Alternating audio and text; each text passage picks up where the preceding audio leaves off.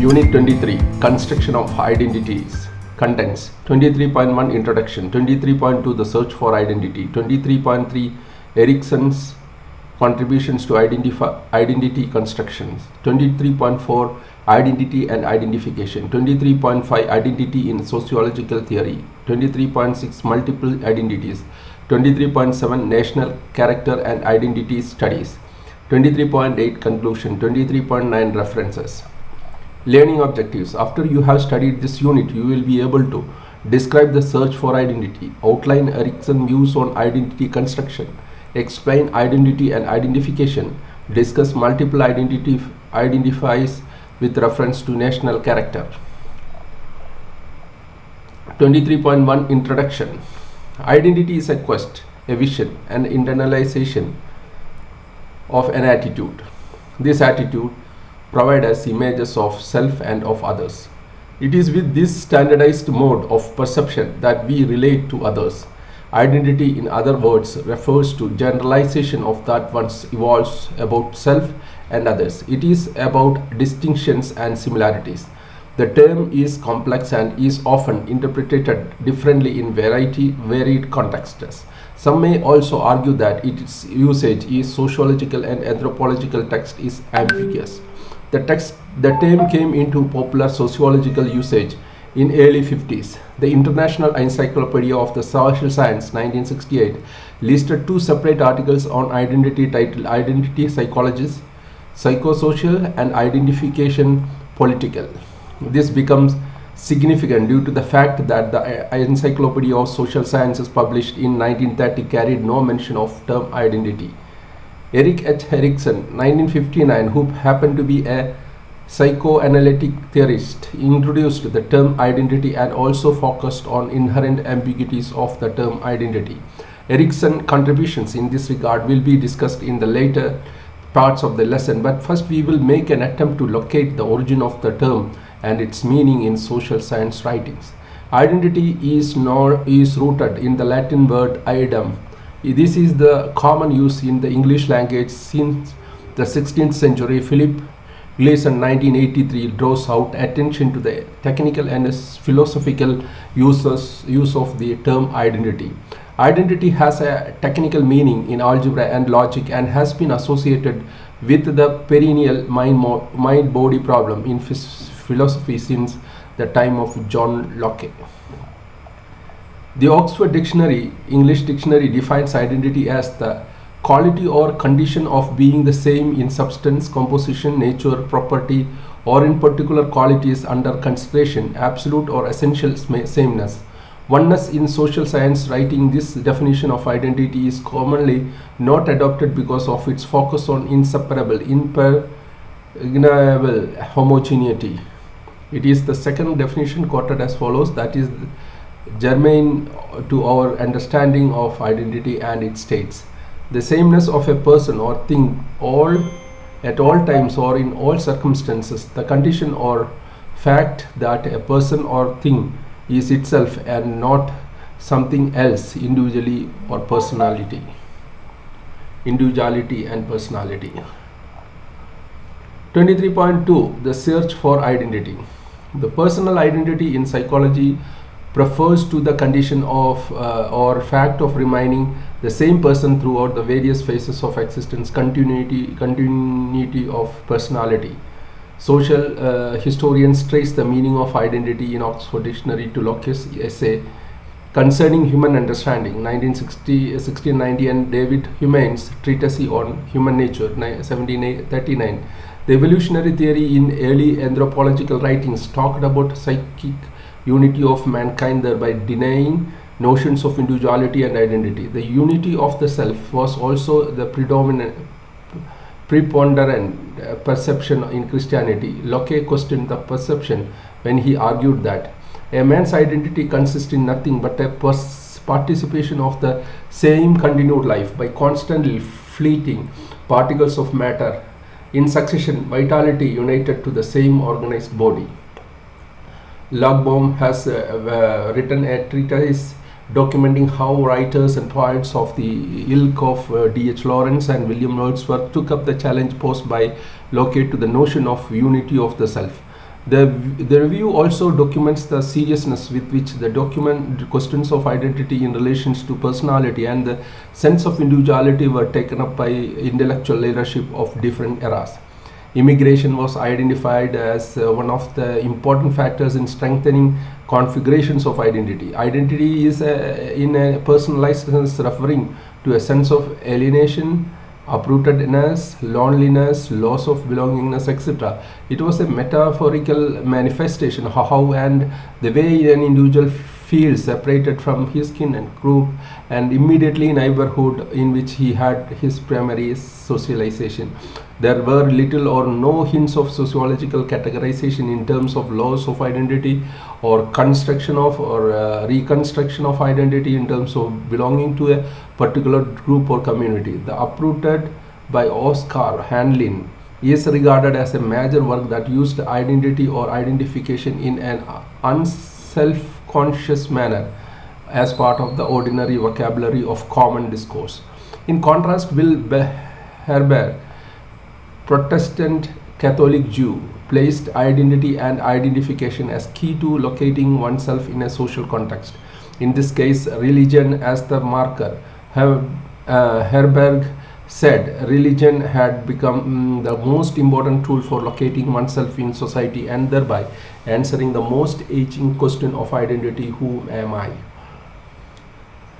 Herberg's work acquires strategic significance for later analysis of identity in sociological literature, as it argues that ethnic identities of an immigrant derived population had transformed themselves into religious identification with organized Protestantism, Catholicism, and Judaism through the working of Hansen's law that argued that what the son wants to forget, the grandson wants to remember. This may be said to be the beginning of what has come to be called as the search for identity in anthropological and sociological literature. Let us draw some works that appeared in the 50s and used identity with relative ease as compared to many writers in the 70s and the late 80s who were particularly troubled by complexity of the term and its varied use in different contexts to evoke loyalties that went beyond the personal domain or identifying self in different religions, linguistic or ethnic categories. Take for example W.L. Morton's The Canadian Identity in 1965, which regarded the construct of identity as unproblematic, but soon it was recognized in social science or writing that identity becomes a problem for the individual in a fast changing society. We must remember that context for majority of this writing was United States of America, that was being portrayed as the melting pot within which numerous makers of identity assumed by people before migrating were supposed to melted away and reconfigured to acquire a new nationality camouflaged as American identity. By 1970s, with the onset of Vietnam War, the myth of an encompassing American identity was broken. As is evident from the brief historical overview, the journey of constructing identity has a long and established pathway. It is an altogether a different matter so as to how it was conceptualized in different decades of social experience by individuals for self and for locating themselves in social spaces where they interacted with others. Box 23.1 Construction of Identity. In one sense, the term refers to qualities of sameness in that persons may associate themselves or be associated by others with groups or categories on the basis of some salient common feature, example ethnic identity. The term may also be applied to groups, categories, segments, and institutions of all kinds as well as to the individual person. Thus, families, communities, classes, and nations are frequently said to have identities. I am deliberately not elaboration on the concept if ethnic identity per se in this lesson, as that is the subject matter of the lesson to follow. It will be suffice to say, following Jenkins, that ethnic identity, although every bit and only a social and cultural construction, should be conceptualized as a basis or first order dimension of human experience. We construct and reconstruct our ethnic identities on the turf of our experience that may differ from situations to situation. In these lessons, our focus will remain on theoretical insights into identity construction. 23.3 Erikson's contribution to identity construction. Erikson was trained in the discipline of psychology. He primarily worked as a clinical psychoanalyst with children. He lived in USA, and his experience as a European refugee and policies of Adolf Hitler and Second World War deeply influenced his writing. It was in the context of fallout of World War II that Erikson started constructing notions of identity. His early writings, mostly published in the decade between 15th and 16th, remained largely confined to intellectual community. It was in 1960 that his book Childhood and Society was reprinted, and that brought him immense popularity and acceptance among general reader. His most significant contribution was his study of Mahatma Gandhi that won him both Pulitzer Prize and a National Book Award. In 1973, he was selected to deliver prestigious Jefferson Lectures in Humanities that established him as an opinion leader, and as a Gleason say, his ideas became something of a cultural phenomenon. According to Erikson, identity is located in the core of individual and also in the core of his communal culture. He elaborates this notion in the context of developing American identity and rights. The process of American identity formation seems to support an individual's ego identity as long as he can preserve a certain element of deliberate tentativeness of autonomous choice. The individual must be able to convince himself that the next step is up to him, and that no matter where he is staying or going, he always has the choice of leaving or turning in the opposite direction if he chooses to do so. In this country, the migrant does not want to be told to move on, nor the sedentary man to stay where he is, for the lifestyle and the family history of each contains the opposite element as a potential alternatives which he wishes to consider his most private and individual decision. Construction of social identities that border the domain of political remain pivotal to Erikson's writing. Through his primary focus was on personality formation during adolescence that essentially monitored future perceptions of identity by the individual. In his opinion, adolescence is the age of the final establishment of a dominant positive ego identity. It is then that a future within reach becomes part of the conscious life plan. It is then that the questions arises whether or not the future was anticipated in earlier expectations. Reflections and action. 23.1 To what extent is identity formed in the adolescent years? What are its social components? Discuss and write down in your notebook. Erikson's constructions of identity draws inspiration from Freudian perceptions. In his article on American identity, he quotes Anna Freud at length and argues, in terms of the individual ego, which appears to be invaded by a newly mobilized and vastly augmented ID as through though from a hostile inner world, an inner outer world. Our interest is directed towards the quantity and quality of support to the adolescent ego as set upon may expect from the outer world, and towards the question of whether ego defenses as well as identify fragments development in earlier stages receive the necessary additional sustenance. What the regressing and growing, rebelling and maturing youths are now primarily concerned with is who and what they are in the eyes of the wider cycle of significant people as compared with what they themselves have come to feel they are, and how to connect dreams, idiosyncrasies, roles and skills cultivated earlier with the occupational and sexual prototypes of the day.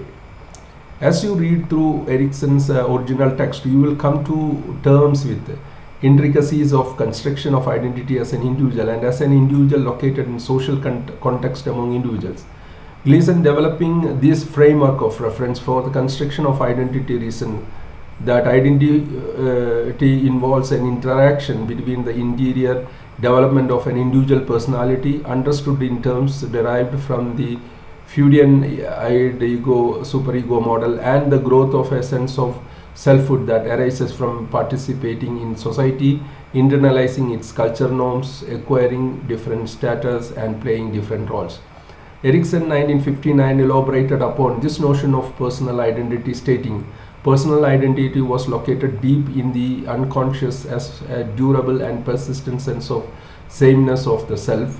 Whatever happens, however traumatic or dramatic the passage from one phase of life to another, the non-pathological individual does not normally consider himself to have become someone else."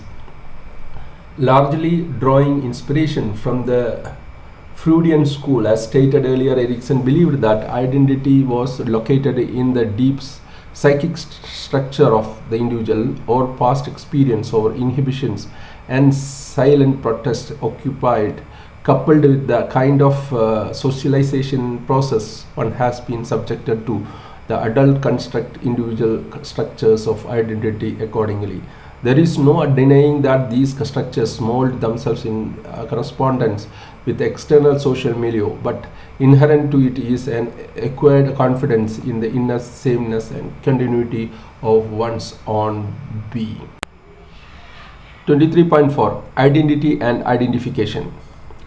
It is important at this stage to examine a closely related notion of identification. The term identification is in common use in different contexts. It was formerly used in psychology by Sigmund Freud to explain a process by which a child relates and assimilates to itself external persons and objects. The concept was used as the key tool in psychoanalytical explanation of the socialization process. For nearly 2 decades in the 40s and 50s, the concept of identifications remained confined to psychoanalytical understanding. In 1959, Gordon W. L. Port extended the notion of identification to explore ethnicity in his popular work, The Nature of Prejudice. Box 23.2 Concept of Identification. One of the areas where identification may most easily take place is that of social values and attitudes. Sometimes a child who confronts a social issue for the first time will ask his parent what attitude he should hold. Thus he may say, "Daddy, what are we? Are we Jews or Gentiles, Protestants or Catholics, Republicans or Democrats?" When told that we are, the child is fully satisfied. From then on, he will accept his membership and the ready-made attitudes that with it. Contemporary social scientists recognize limitations of such assertion, as we all know that individuals do not necessarily accept membership of ethnic groups in this manner of fact manner that Dad said it, and I believe in it. In the later part of this lesson, we will be discussing various modalities that intercept social and psychological domains of individuals to provide them markers for identifications and identity assertions. However, it is important to assert here that in the history of evolution of construction of identity and identity theories, all Port's contributions paved the way for relating notions of identity to popular sociological theories of role and reference group propounded by Ralph Linton and Merton respectively. Foote felt that Linton's role theory lacked a satisfactory account of motivation, and thus it will be better if theories of identifications are moved at explanations for motivation in social interactions. Foote distinguished his use of the term identification from that of Freud. Foote defined identification as appropriation of a commitment to a particular identity or series of identities on the part of an individual.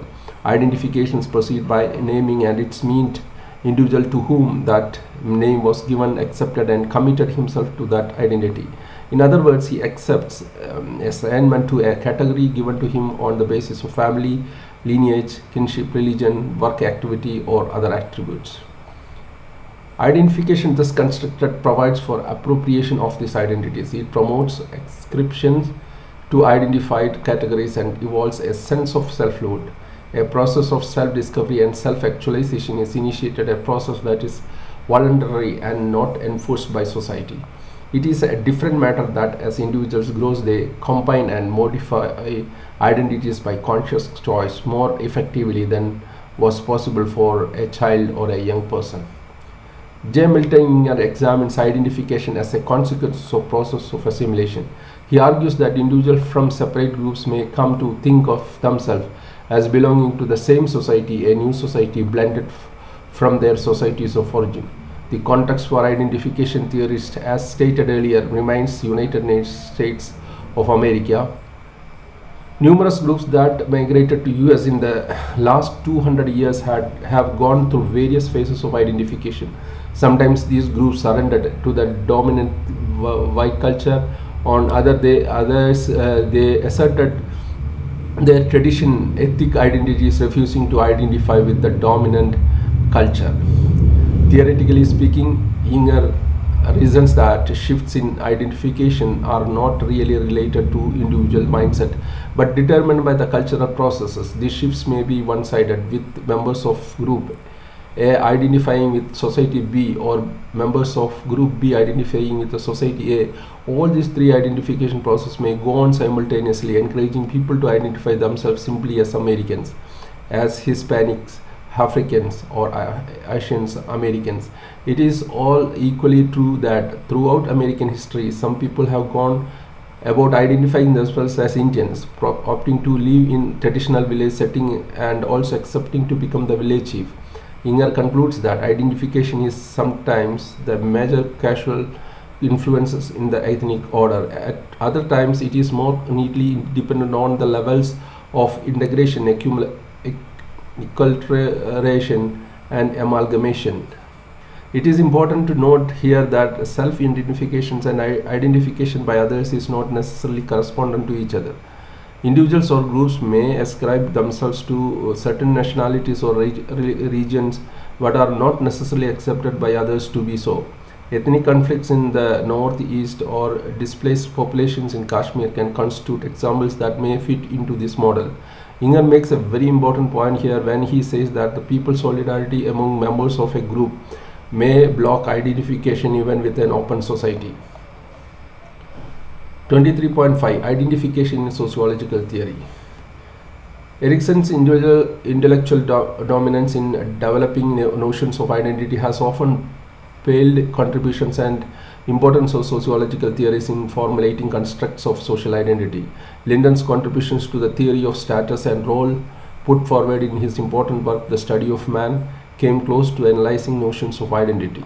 Role theory, developed by Linden, showed how individuals perform roles in correspondence with the statuses that they occupy. In doing so, he demonstrated that individuals identified themselves in specified role position. The role theory focused on the interacting nature of identity. People asserted their identities in response to the specific situations where there were designated roles accompanying defined statuses that were perceived both by the actors and people in their surroundings. It was this perception that was critiqued by Foote and later modified by introducing elements of motivation, paving way for constructing notions of identity that were closer to its vernacular meaning than to Erikson's notion of personal identity. Reflections and actions thread 23.2.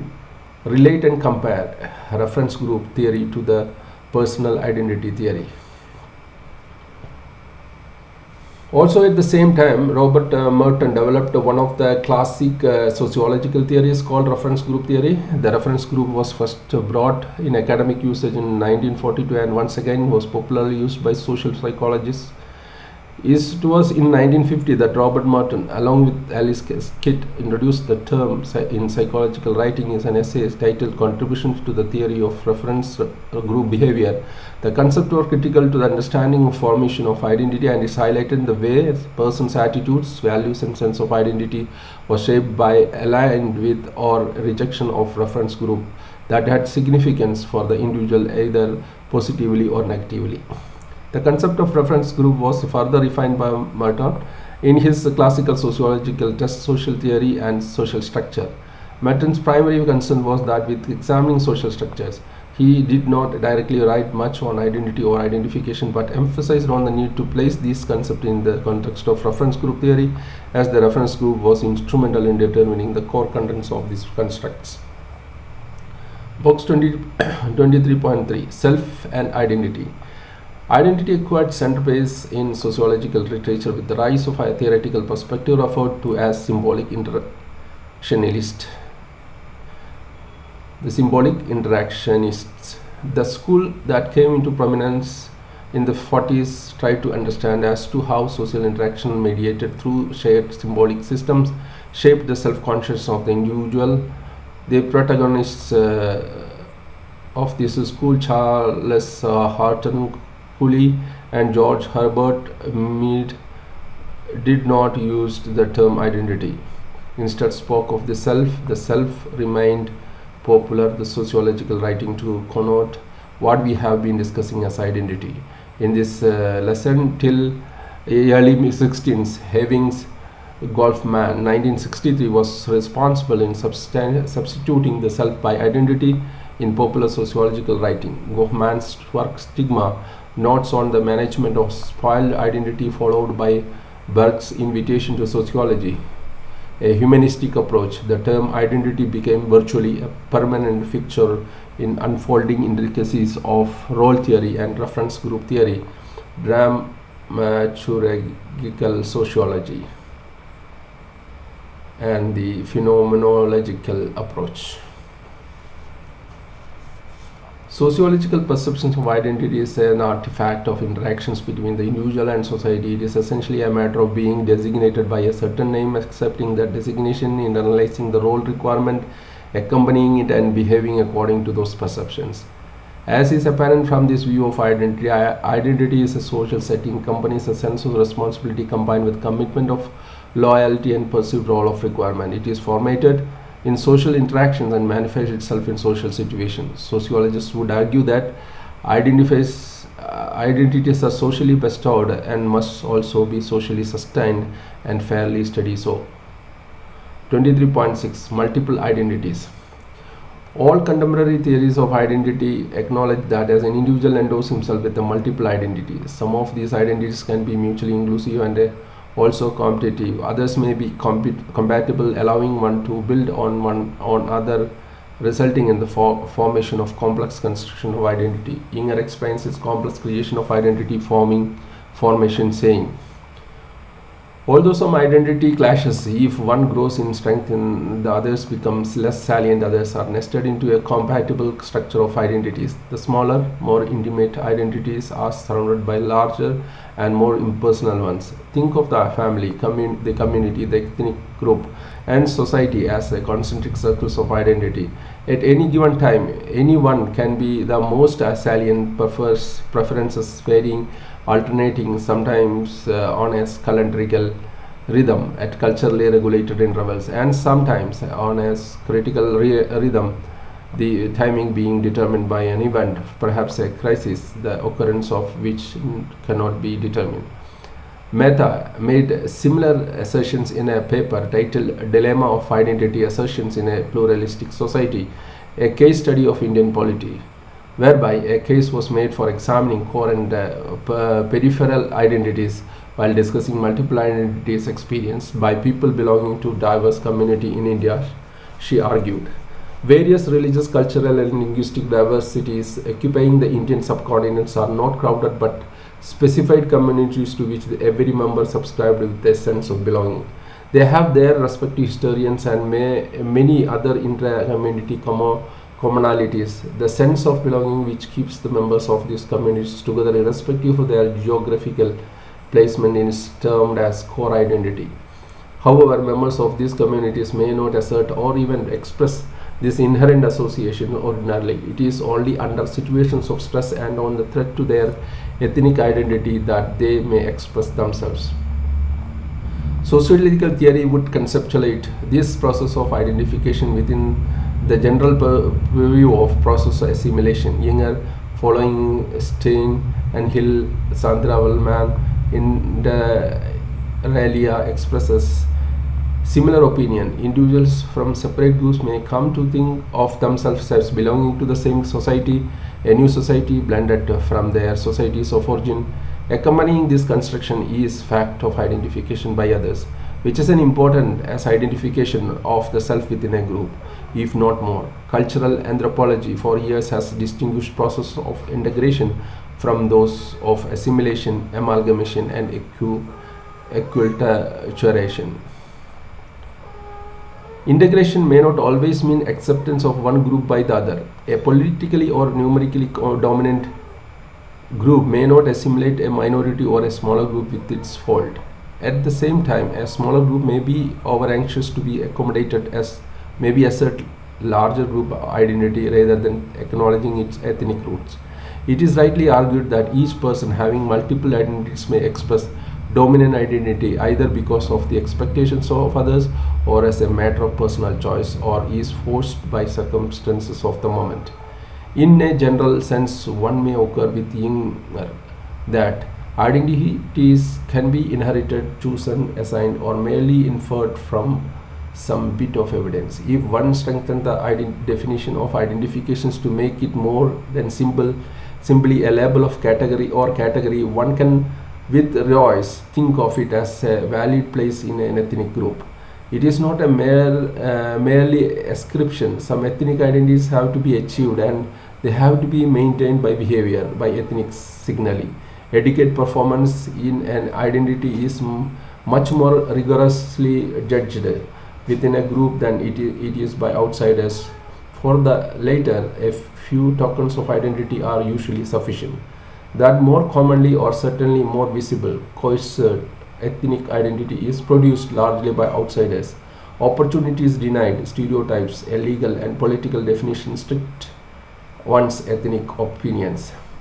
Nisbet also supports this contention, stating, throughout recorded history, there is a high correlation between alienation of individual loyalties from dominant political institutions and the rise of new form of community, ethnic, religious, and others, which are at once renunciation of and challenges to these political institutions.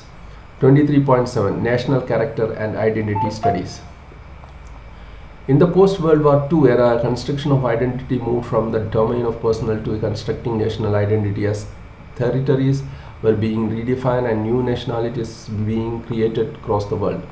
The semblance of constructions of these identities required that national character was defined and ensured as a moral value to make citizens conform to reconstructed boundaries with a sense of renewed passion and commitment. Large-scale migration also required realignment. Social scientists attempted to evolve models that inculcated a sense of belonging among citizens, prompting them to acquire national characteristics considered imperative for laying the foundation of nationalism. National character studies carried out by the anthropologists like Margaret Mead, Ruth Benedict in the 40s acquired immense sociological significance, as it was in the background of these studies that Erikson made his concept of identity popular. Box 23.4 Erikson's conceptualization of identity. Functioning American bases his final ego identity on some tentative combination of dynamic polarities, such as migratory and sedentary, individualistic and standardized, competitive and cooperative, pious and free-thinking, etc. Erikson goes on to talk about the subliminal panic that accompanied large-scale testing of American identity in the war. Historical change, he said, has reached a cohesive universality and a global acceleration, which is experienced as a threat to the emerging American identity. Erikson explained his ideas of in a chapter titled "Reflections on the American Identity," in which he almost equated notions of American character with American identity. He wrote, "What was true of national characteristic is true of national identities, and that it would be better to use the term identity instead of national character." National character studies were brought in the sociological discourse with the publications of Mead's and Keep Our Powder Dry and Robert Benedict's study of Japanese society, the chrysanthemum and the sword. And the focus in these studies was to explore how cultures influence individuals and their personalities and impact formation of their national characters. a concept that in modern day sociological analysis is often addressed in terms of ethnicity studies and has been pointed out in the first lesson of conceptualizing ethnicity. It is important to note here that Erikson developed his ideas on an ego identity and group identity while growing wartime national character studies. Even though the concept of identity was inspired by national character studies, it is popularly surpassed character studies. National character studies are now invariably referred in a historical sense, whereas identity studies are being reinterpreted in almost all branches of social sciences. Identity construction is as much as central to the disciplines of political science, history, psychology, anthropology as it is in the discipline of sociology. One tends to agree with Gleason's observations with regard to popularity of identity construction studies when he says, identity promised to elucidate a new kind of conceptual linkage between the two elements of the problem, since it was used in reference to and dealt with the relationship of the individual personality and the ensemble of social and cultural features that gave different groups their distinctive character. Once linkages between construction of personal identity and social identity were firmly established, social scientists started looking at problems that individuals confronted in keeping congruence between the two in situations where these two constructions of identity came in conflict with each other. 23.8 Conclusion.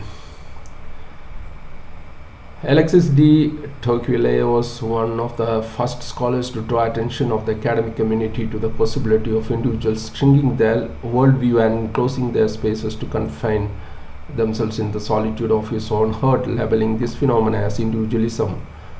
Tocqueville analyzed this problem while addressing issues emerging out of American conceptions of democracy and did not use the term identity or identity crisis.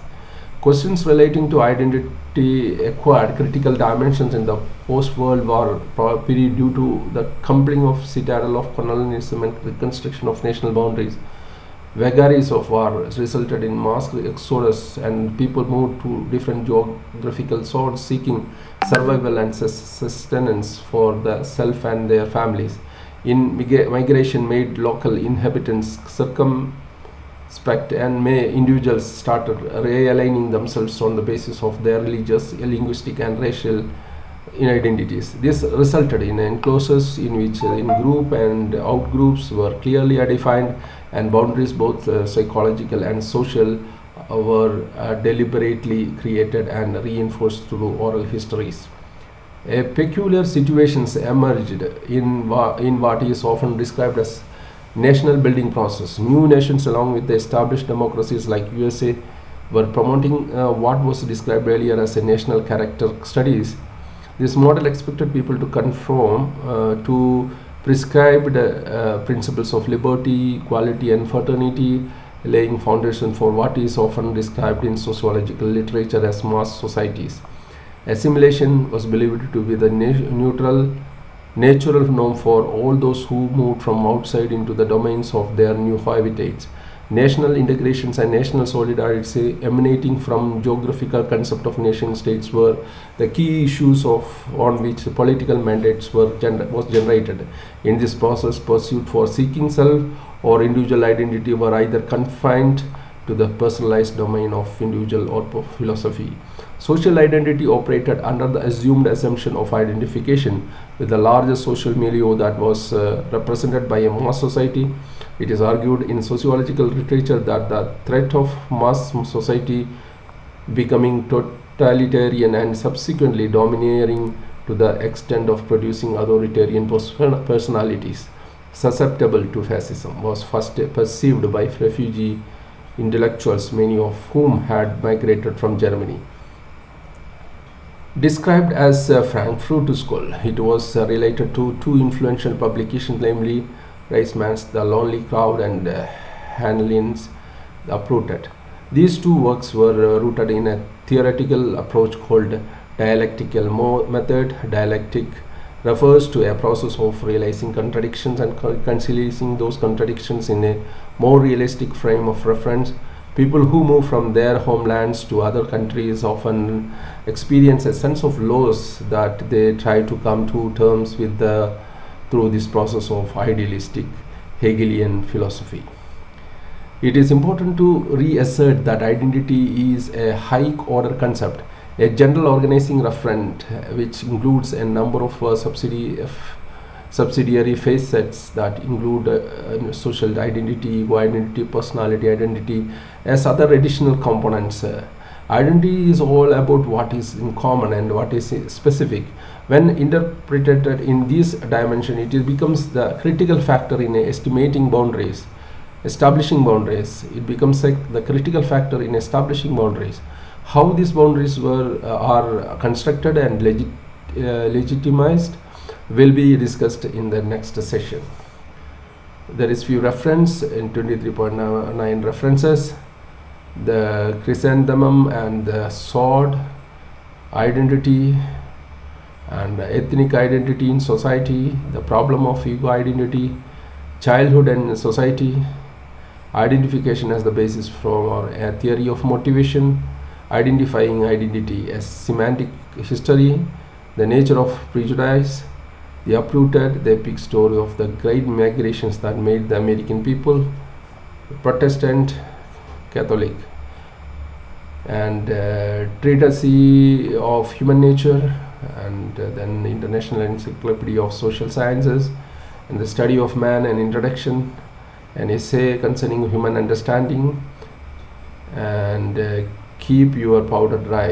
An anthropologist looks at America, and an essay concerning human understanding, and keep your powder dry. An anthropologist looks at America, dilemma of identity assertion in a pluralistic society, a case study of Indian polity, the Canadian identity, the lonely crowd, a study of the changing American character, and also the book The Ethnic Imperative, exploring the new white ethnic movement. And the other one is ethnicity and the boundary process in context. And last one, theory of race and ethnic relations. Then last is from Junger, ethnicity. So this is the end of the chapter, end of the unit 23, construction of identities. Thank you very much.